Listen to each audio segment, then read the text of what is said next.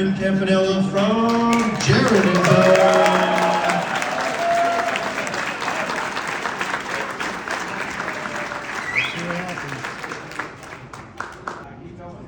Well, one thing I do want to mention, because there is an elephant not in the room, and I know you guys miss Bob like I miss Bob, one of my best friends that I thought was going to be here for a while, and it's not the same without him.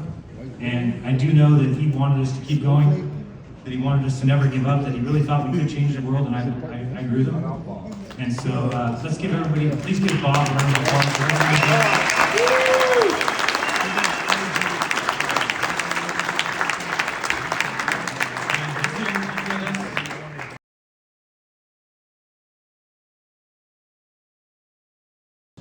Just a big thank you to Karen for having this event and finally coming to the West Coast. I know we've wanted it for a long time.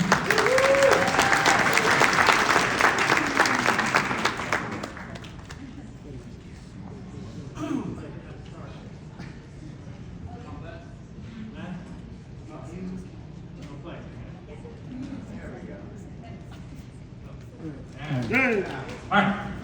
So, I'm Jeranism. If you guys don't know, you should. What are you doing? Why are you on YouTube?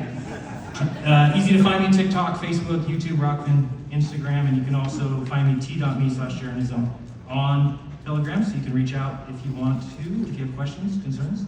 And if you want to support the channel, you can do so by purchasing one of these very cool hats. And I've got a beanie too that just says NASA going up in nowhere, because they go out of nowhere. And on the back it says Fake X. So get yourself one of those. If you could, they're selling at cost, $20 for one of these and $10 for beanies, and I'll never sell hats and beanies again. I've learned my lesson. So, and thank you everybody for all your support. Many of you guys coming up to me and just being great. You've been great since 2015. And it's a great community, and that's why I'm still here doing this, and because we continue to be liked.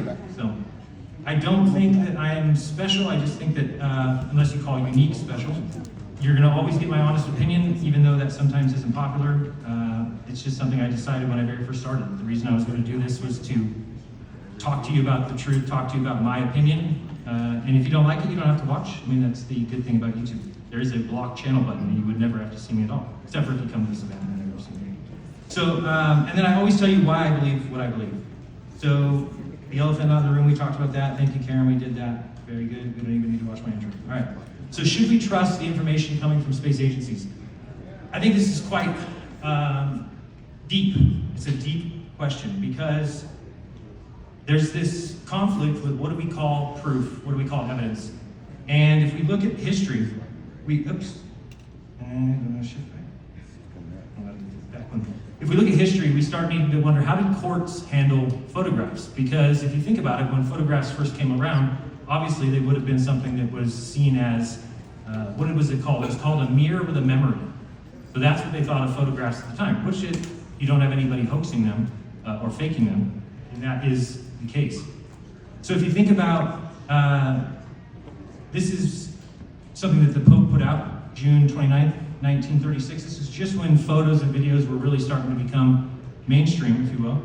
So he says, it admits of no discussion that the motion picture has achieved these last years a position of universal importance among modern means of diversion. There is no need to point out the fact that millions of people go to the motion pictures every day, that motion picture theaters are being opened in ever-increasing number in civilized and semi-civilized countries, that the motion picture has become the most popular form of diversion, which is offered for the leisure hours of not only the rich, but all classes of society. At the same time, there does not exist today a means of influencing the masses more potent than the cinema. The reason for this is to be sought for in the very nature of the pictures projected upon the screen.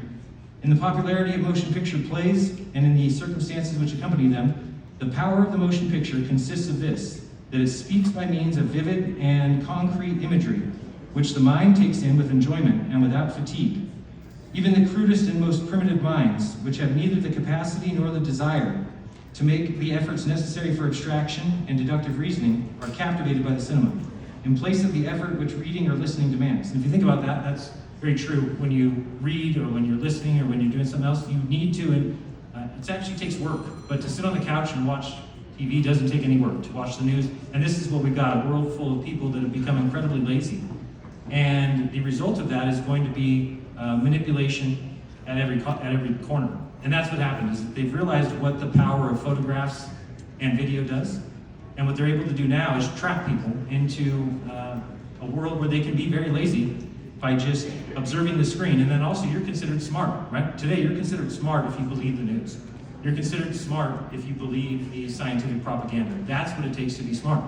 To regurgitate out of a book, a physics book, is what is considered smart. And if you really think about that, it is the opposite of smart.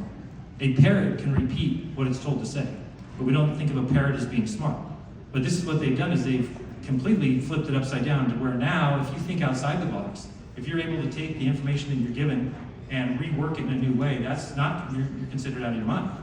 You have to follow the exact protocol set before you. So we're going to get into that today. Where did I leave off here? So the continued precedence over here.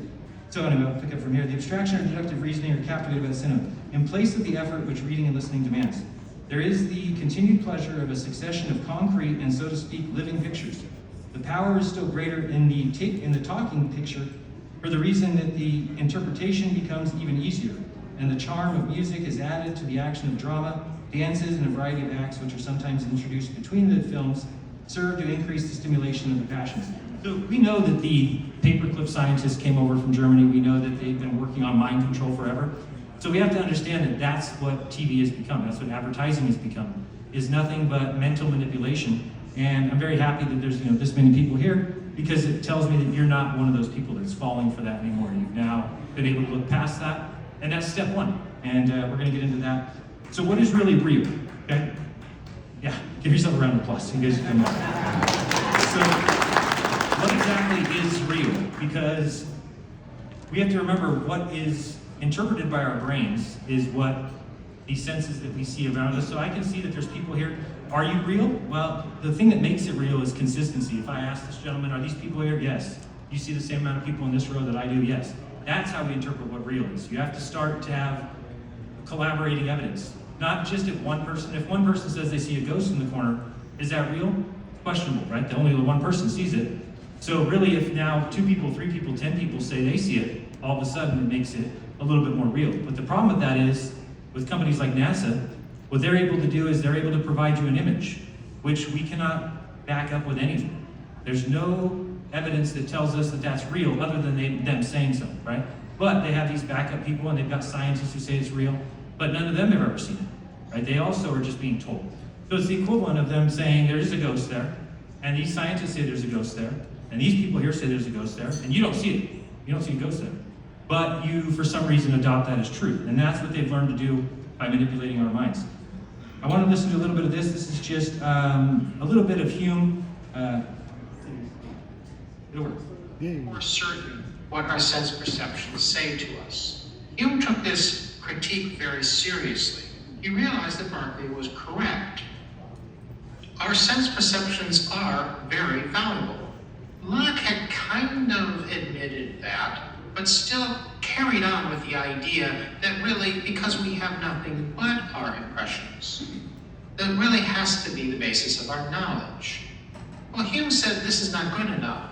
There must be a more firm basis for the sciences. And by the mid-1700s, science was everything within academia and scholarship. Hume, like Locke before him and Descartes before Locke, wanted to create a firm foundation for the sciences so that we could know for certain that what science seems to be telling us in its explorations is actually true. For philosophy, Hume said that it seemed obvious that philosophy has not resolved anything. We're still having the same arguments that we have been having since Plato. As for science, Hume was rather disturbed by the looseness that he saw in science. People were just making observations, and if their observations looked like it gave them an answer, they accepted that as an answer. And that was not good enough for Hume. Hume said that. So I'm in the same position as Hume is, that I don't think that we can get to truths through science the way that they've taught us. Now, you'll hear other people say differently, but I think if you really think about it, you have to remember that correlation is not causation. And that's very difficult for some people to understand, that we cannot prove the cause of things. For instance, I could say right now that I'm going to snap my fingers, and if I snap my fingers and the lights go off, I could tell you that that's the reason, and you might be kind of doubtful. But if I start doing it repeatedly, and every time I snap my fingers, the lights go off, you're going to start to believe me that the reason that the lights are going off has to do with my finger snapping, when really there's just a person back there that knows to turn off the lights when I snap my fingers. So there's so many problems with just inferring that this is the cause of that. And the problem is that we as people have accepted their explanations for things like electrons and there are things like the nucleus, what's inside of an atom. We've just let them get away with it, and we never challenge them. And that's the position I'm in now. That's why I say asking questions others are afraid to ask, because I have no problem now demanding to see where they're getting this information. And when you do that, you'll learn real fast that they don't have the information that they say they do. So, I know I saw Danny Faulkner here. I would love to follow up with Danny on some of these things because they don't have the information. They don't have the answers, and this is why this has gone on as long as it has. This should be over. This should be done. I mean, this is not something that should drag on for 8-9 years, is us having to worry about whether or not we're being lied to about space. If you really think about it, all these guys should have joined us, turned to NASA and said, okay, you have to prove it for these guys, right? That we're all humans, we're all humanity. Why are we fighting? Why would you ever stand up in favor of the government against other citizens? Can you imagine? I mean, think of what happened with COVID. For me to take the position of the American government and Big Pharma over other citizens is insane. It's insane for me to even contemplate that. I would have to have just mountains of evidence to make that step. And there wasn't that mountains of evidence, and people yet were easy to side with the government, which is crazy. So how did courts handle photo and videographic evidence? Well, we'll look at some case law, we'll look at the changes in the beginning and the current.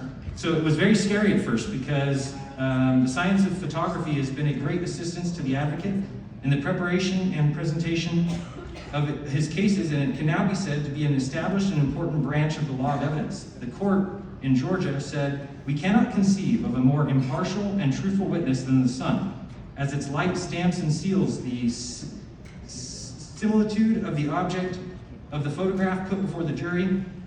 It would be more accurate than the memory of a witness, and as the object of all evidence is to show the truth, why should not this dumb witness show it?" That's an 1882 case, Franklin versus the state. And if you read that, I mean, now what they're saying is that the dumb witness, being the photograph, is even better than the witness testimony. Well, this was at first before they ever conceived of fakery, right? At the time, they were just not. And let me be honest with you, when you have a evil government, it changes everything. For instance, I would be the first one to say that a driverless car is an amazing piece of technology. I drove behind one in San Francisco. The thing was awesome. Staying right in its lane. It would never get upset. It's never going to drink and drive. It's not going to have road rage and get mad and want to fight you. They would be fantastic. The only reason you'll never catch me behind the wheel of one, or I guess that's not behind the wheel, you'll never catch me lounging in one, is because I don't trust my government. And when they don't trust the government, all of a sudden, guess what? You'll never get me in a driverless car. So even technology that would be moving us ahead, we would be so much further if it wasn't for the shackles, for the clamps that have been put on us by governments. And I even think, like many of you, probably that there's more lands, further technology that's moved out, people that have gotten away from this tyranny, and maybe it's easy for us to go there too, and that's something I'm going to be exploring coming up. So Miles Orwell talked about photography as artificial realism. The earlier dualism is overstated, talking about dualism as far as is it evidence or not, or real or not. Photography is understood as being both a potential instrument of illusion and as an especially objective representative of the real. And I think that that's a fact, right? What that sentence says is a fact, that if you take a photo, it is either it's either one or the other, a potential instrument of illusion or a fakery, or it is actually a representation of the real. But that causes a paradox when it comes to evidence and belief. Here we say a photograph, like a map or diagram, is merely a witness pictured expression of the data observed by him and therein communicated to the tribunal more accurately by words. Okay, and then we've got here, but then how should it be understood as far as legal evidence? In the 1870s, judges struggled with this issue, eventually settling on a doctrine which permitted the photograph as evidence but downplayed its inherent authority. This is actually where we're at today, and people don't realize that in a court, this is considered secondary evidence, and it actually all depends on the chain of custody. So again, here's the problem. If you have a corrupt government, now I have a problem with that.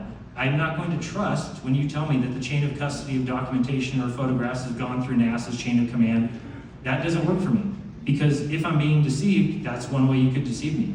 So a map, a picture, or a diagram is, for evidential purposes, simply nothing, except so far as it has a human being's credit to support it.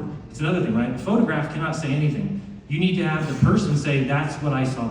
That is what was going on. That represents what was going on in my life. Now, none of us, not one of you, could say that anything NASA's ever shown you is a representative of what you've seen. You can say, I see a light in the sky, I looked with my telescope and I saw Jupiter. Great. What about the size of Jupiter? What about its mass? What about its gravitational pull? What about its magnetics? Everything else that they tell you is make-believe. It does not have to be real. There's no evidence of it, other than, if you want to believe NASA, who's going to tell you one thing. Think about other areas of life that we have this issue. There's none. There isn't. With an NBA basketball game, there's a huge crowd there.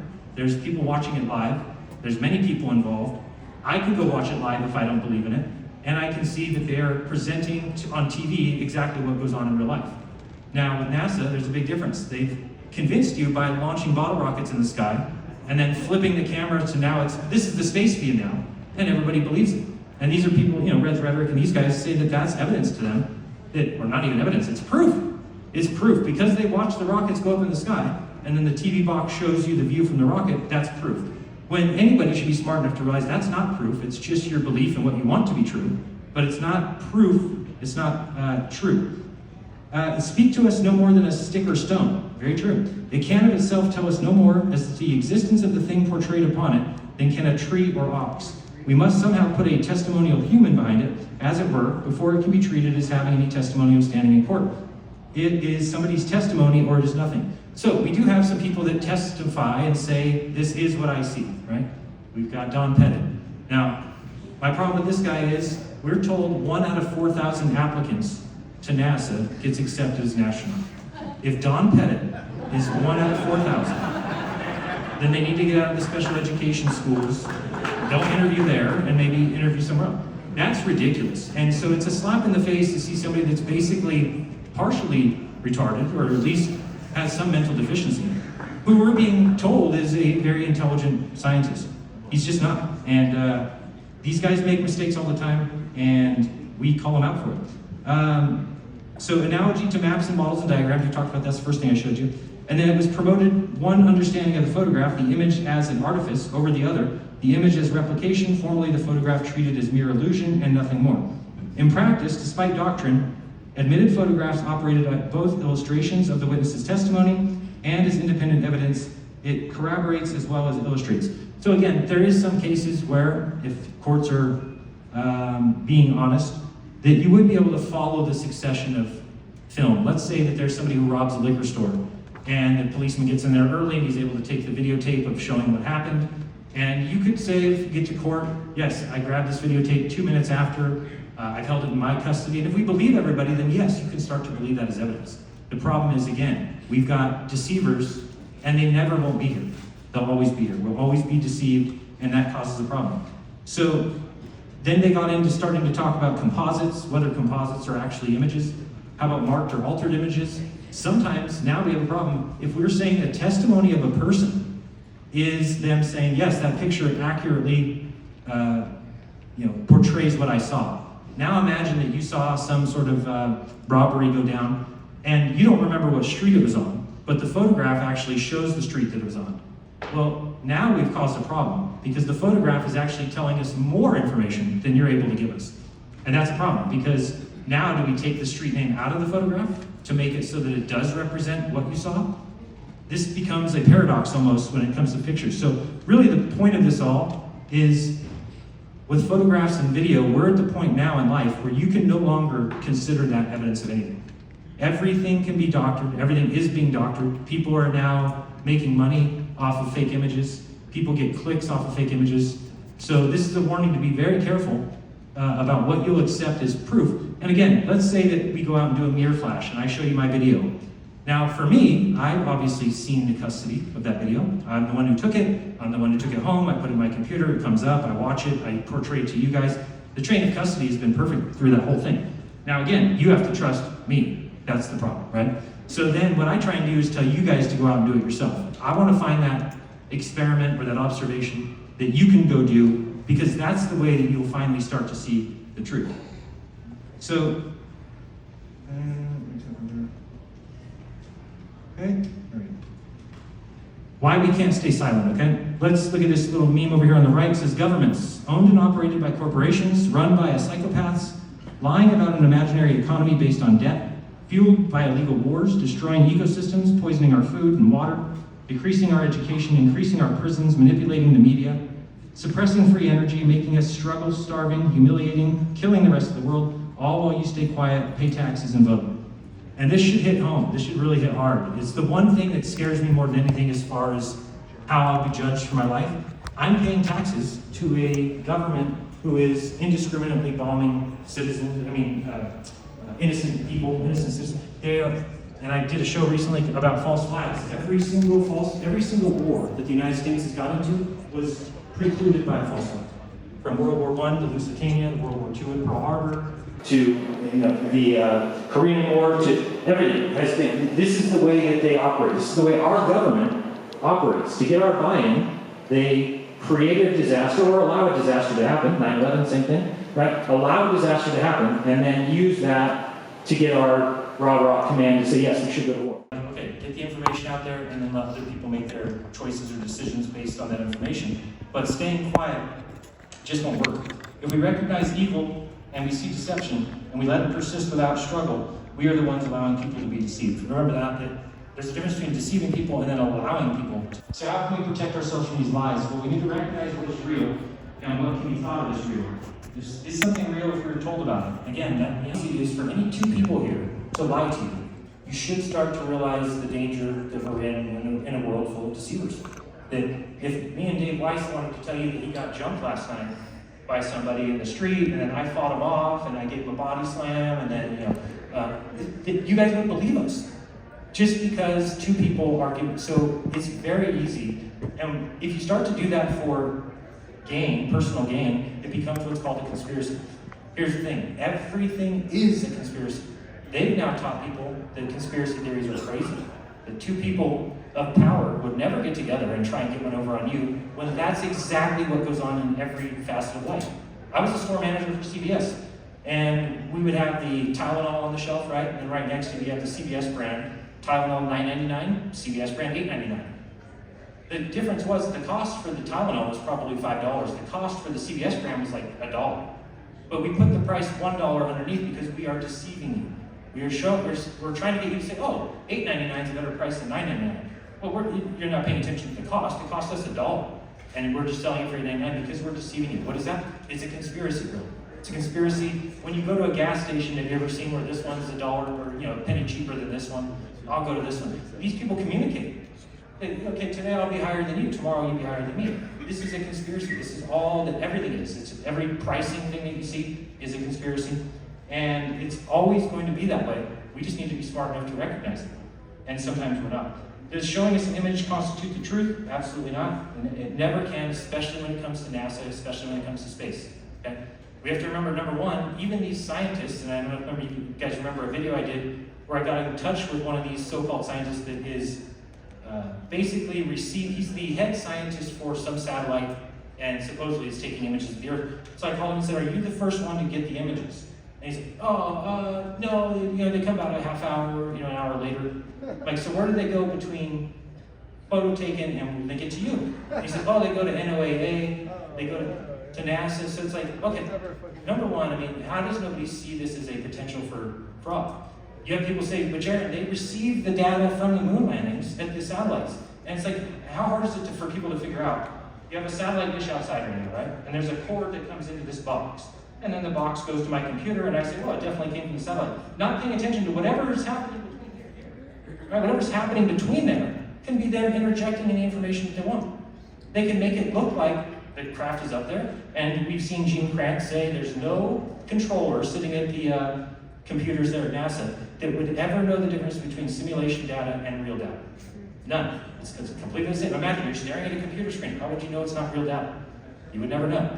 So this becomes not just a question of whether you cannot trust them. It makes no sense to. We have to force them to provide the evidence that would suffice.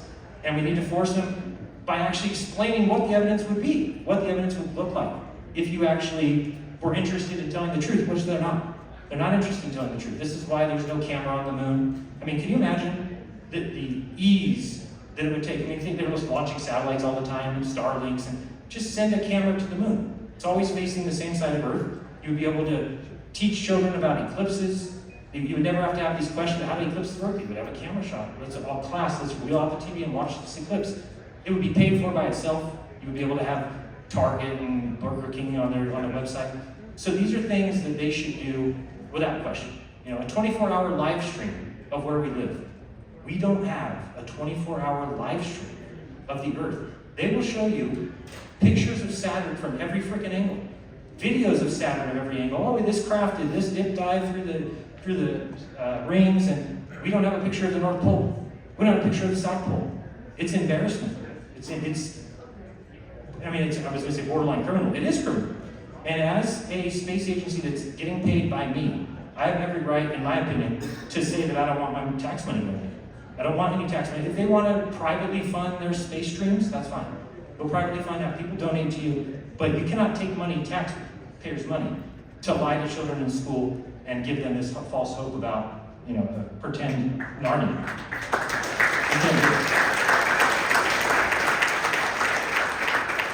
So, if we're told facts about things that you can never know, do you then see how easy it is to be fooled when presented info and data that is not actually experienced in the real world? It reminds me of a quote by Carl Sagan, who of course didn't mean this quote against science, he meant it against religion, but it actually plays back right on them quite well. He says, one of the saddest lessons in history is this: if we've been bamboozled long enough, we tend to reject any evidence of the bamboozle. We are no longer interested in finding out the truth. The bamboozle has captured us. It's simply too painful to acknowledge, even to ourselves, that we've been taken.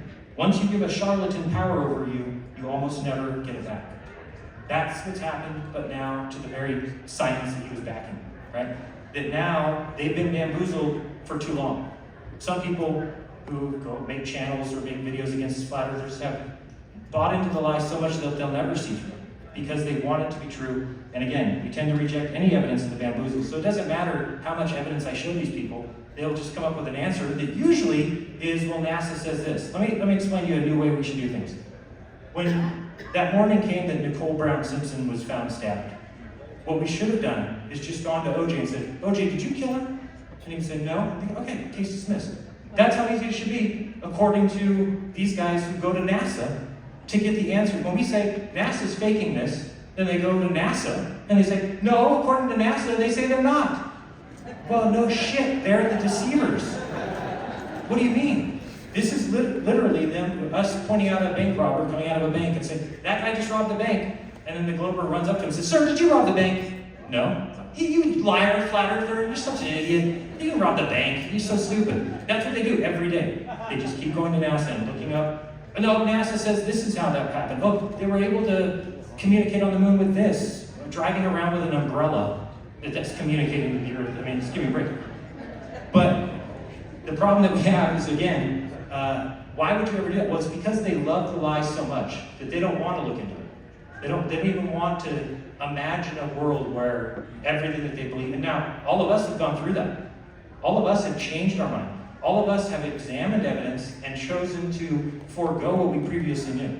So we are much better off than where they are. Because they try and turn it on us, say, oh, you just want your fantasy flat earth to be real. It's like, no, I really don't. It's like, I would rather that the 35 years I spent in learning and at school, and I'd rather that be real. I'd rather I've not been lied to. Now, once I realize I don't have a choice. Now I have to rebuild my belief structure. But I think that you'll feel so much better if you do that. Start at the beginning. Rebuild what you believe in based off of what you can prove. And that's how I got here. It was let's start from the very beginning. And my wife said, the Earth can be flat. And I said, of course not. That's ridiculous. The planes go around it. And then when I saw the AE map, for the first time in my life, I think, I realized how easy it is to be manipulated. And this is something that we're told over and over again. Flat Earth is ridiculous. How could it, planes go around it, boats go over the edge. And so you dismiss it outright. You just dismiss it. And we all did. I think if you think back, most of you probably dismissed it right from the beginning because you've been told. So why would we be going around telling people that something is the dumbest belief ever, when now that you're looking into it, it's not the dumbest belief ever? Let's say we're wrong. Well, you still have this space agency that can't prove anything. That they've been telling us these distances and things we know they can't go to. They can't, how do you know the distances of the stars? You can't go there, you can't verify. They're like, oh, we can use parallax. Like, yeah, I know we can use parallax on Earth because I can go in and verify. I can verify that, oh yeah, the math works out. You're making up stories about dots in the sky. There's a big difference. So this is just an example of the kind of nonsense that we see from. Now this is actually from. Oh, it actually plays. Wow. We'll just watch this real short. Good evening and welcome to Cassini-Huygens Mission Control at NASA's Jet Propulsion Laboratory in Pasadena, California. Listen to music. It's in place for SOI, that is Saturn Orbit Insertion, and that is when the spacecraft must be captured by Saturn's gravity or it will fly right on past the planet and the mission is over. I can turn back around to the SOI burn attitude position. Light up the rocket.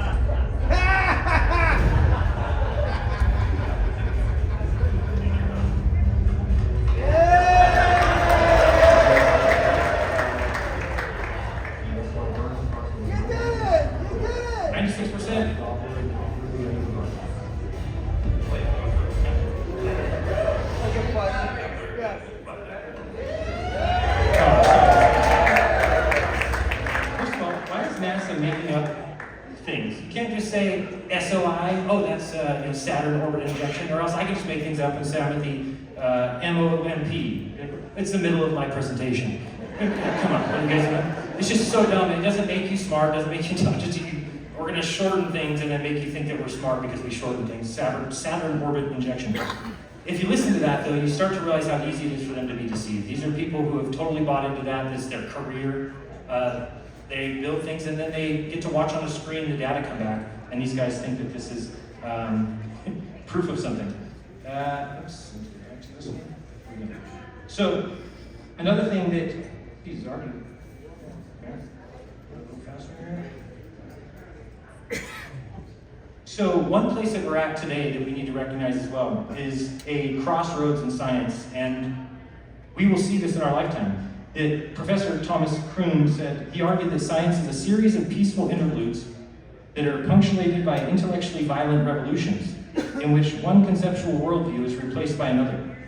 The longer-lasting, more tranquil periods of normal science are guided by a dominant paradigm. Astrophysics has been in such a peaceful interlude for decades, with its belief that the universe is expanding. The expanding universe theory is a paradigm that guides how astrophysics are thinking about the universe. As Kuhn stated further, eventually phenomena will emerge that don't conform to the paradigm. Kuhn describes the process that science then goes through.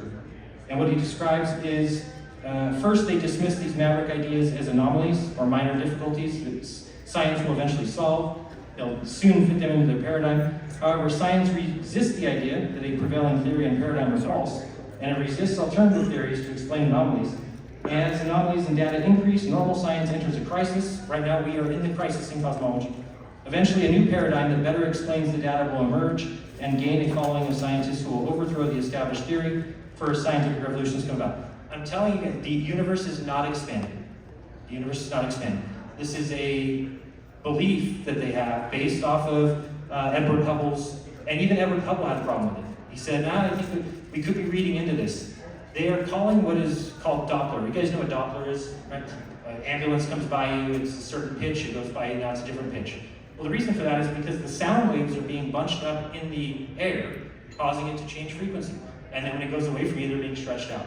So you cannot apply that to stars, because stars are in space, or there's a vacuum. So the light rays are coming to you at the same speed. It doesn't matter if they're moving away from you or going away from you. The light should be coming at the same speed, meaning that you wouldn't have Doppler effects. So if we do see redshifting, which I'm not saying they don't, they do see redshifting, you cannot apply that as Doppler, which is what they do. Now, once they've made that agreement and everybody kind of agrees, science takes the next step and they never look at their foundations again. I've described it often as a tightrope walker. If you've ever seen people walk building to building across a tightrope, the one rule is don't look down. You can get across if you don't look down. You look straight ahead, you put your arms out, you hold your stick, walk right across the tightrope. The second you look down, you get wobbly and you fall. That's what science does every day, is they just keep going forward. They don't want to look at their foundations because if they do, they could fall down and they would fall down drastically. And this is what would happen in this case. Because everything like dark matter, dark energy, which are things that have never been observed, that are said to be there, they have to be there because of this world that they've built that they have to keep. So when you talked about how they say, oh, these are anomalies, oh, we'll put this placeholder. Can you imagine, we had first Richard Feynman tell us that if observations don't match the theory, you throw away the theory. What they did now is they said, when observation, then make up a placeholder. You know, oh, that doesn't match what we think, there must be dark matter there. Oh, there's got to be dark energy there. No, that's not correct. Your theory doesn't match observation. You don't get to hold on to your theory. Why do they hold on to the gravity theory? Any ideas? It's because gravity is the only explanation for a ball Earth. There is no other. There is no other explanation for it, so they never will get rid of gravity. And this is why you have people dropping things saying it's gravity, and then everybody laughs, and you have this talk about gravity's dead. It's proven. Well, first of all, like everything in the world has like an opposite. What's the opposite of gravity? Where's the, there's none. It's like it's something that right away should scream to you as a problem. I always talk about this one. What about stars in space that are gas? Well, we know what happens with gas. Gas in space expands and goes out, right? That's what gas does. So what they want you to believe is to forego that, to throw that idea away. Well, we can go and observe and test and see. Throw that away, because if you've got a big enough balloon, Jeran, full of gas, then it does the opposite. It comes together and makes planets and suns. Well, who says you say that? But where's the evidence? Show me that. Oh, well, go talk to these guys and look in the sky. But they can't show you that. There's nothing to show. There's just nothing to show. So again, this is the problem. We've allowed people to convince us of things being real when they're just ideas, theories. Maybe you can say it's a little bit more than that, because you've got a group of people that have got together and discussed it. But again, as far as proof, as far as absolute evidence, to me, it is nothing. I probably won't be able to play this part here, but I don't know why it's not playing. But I've got a video of NASA's Bill Nelson. He looks like he's 160. He's the head of NASA right now, the administrator. And he was part of the Book and the Snake. It's called Book and Snake Secret Society at Yale. And we don't need people in charge of NASA that are a part of a secret society that believe in necromancy and all this nonsense. And then they get named as the head of NASA, and nobody has a problem. That is a problem. Denounce this group or something. It's the same thing when we have Bush and John Kerry. Same thing. They're based. Both schools are the same. They're both at Yale. Just one is a different secret society than the other. So Bill Nelson, in this video, about 50 times, keeps referring to NASA, and every time he talks about it, he describes it the same way. We're here to inspire. We're here to get people to think outside the box. We're here to make the impossible possible. There is nobody who makes the impossible possible. First of all, if something's impossible, that's like making a square circle. Okay? That you cannot make that possible. It's impossible. Square cannot be a circle. That's what impossible means. When you're talking about, the sky, all they're doing is they're providing you with dreams and with hopes that are going to never be found. So if you teach your children these things, if we allow our children to buy into these fantasies, they're going to be pretty upset in the future. So I say we don't do that. We sit and tell them, these guys are making things up. These guys are not being honest until they do their job of proving it. Who was it that said extraordinary claims require extraordinary evidence? We are not making the extraordinary claim. We're saying we don't believe you. Okay? They are making the extraordinary claim that we're on a gigantic rock with water on the outside that stays attached because they say gravity exists. It's spinning 1,000 miles per hour at the equator. It's flying through a vacuum. So the atmosphere is not affected. It just moves in lockstep with the Earth perfectly. No matter if you're at the equator 1,000 miles per hour, or if you're in northern Alaska at 350 miles per hour, and every bit of atmosphere on the way to the equator is all moving lockstep with the ground below it. It's insane. It's not even practical. Talking about, I think what Mark was talking about, again, you cannot have a vacuum above us and atmosphere here. You just can't. If you had some mechanism to hold the air here, then you would. Now, what did they tell us? What's the mechanism that holds the air here? The ozone. Gravity, right? But again, we can prove this wrong very easily. Take a vacuum chamber. Let's say this room's a vacuum chamber. We could put right in the middle of it a box of air. We could then evacuate the entire room so that all that's there is a box of air. It's sealed. We all leave the room, of course, and then electronically open that box. What's going to happen to the air that's in that box? Will it stay in the box, or will it get into the vacuum? It will immediately go into the vacuum. If gravity can't hold the small box of air, next to the Earth. It cannot hold the gigantic air. So people understand that there has to be a barrier. Now, they say, oh, but there's a gradient, Jeran. It's a gradient that comes down. Yeah, I get that. But at each level, you have to have an equalization. Meaning you can't just have this gradient. Again, these are just words that they make up. If that were true, then you would open the box of air, and it would create a gradient right there of the air touching the vacuum, but not the air at the bottom. Just, of course, all the air would go out in the vacuum. So these are things that are hard for them to face because it makes them realize that they have believed a lie, and they're just going to fight against it. And they're just going to go to NASA and say, well, what does NASA say? Right? What do the person that you're telling me deceives me, Jeran? What do they say? Oh, they have an answer for it. Well, of course they do. Please expect that. Please do not be surprised when people have answers when they're deceiving you. It's just like if your significant other is lying to you about something. Of course they're going to have some story. That's part of it. It's part of the being a deceiver. Part of being a deceiver is to not just tell the lie, but be ready to back up your lie. So of course they've got documents, and when we find something, oh, but this answers that. Okay, I understand they have that so-called proof. The other thing I hear all the time is that they've got other space agencies. Right? Oh, but Jeran, there's other space agencies. Well, we know that governments work together. We know that there's only, how many have been to space? How many have gone to space? 5 space agencies? I mean, Japan, China, Israel, India, United States. So yeah, they have 45 space agencies, but those countries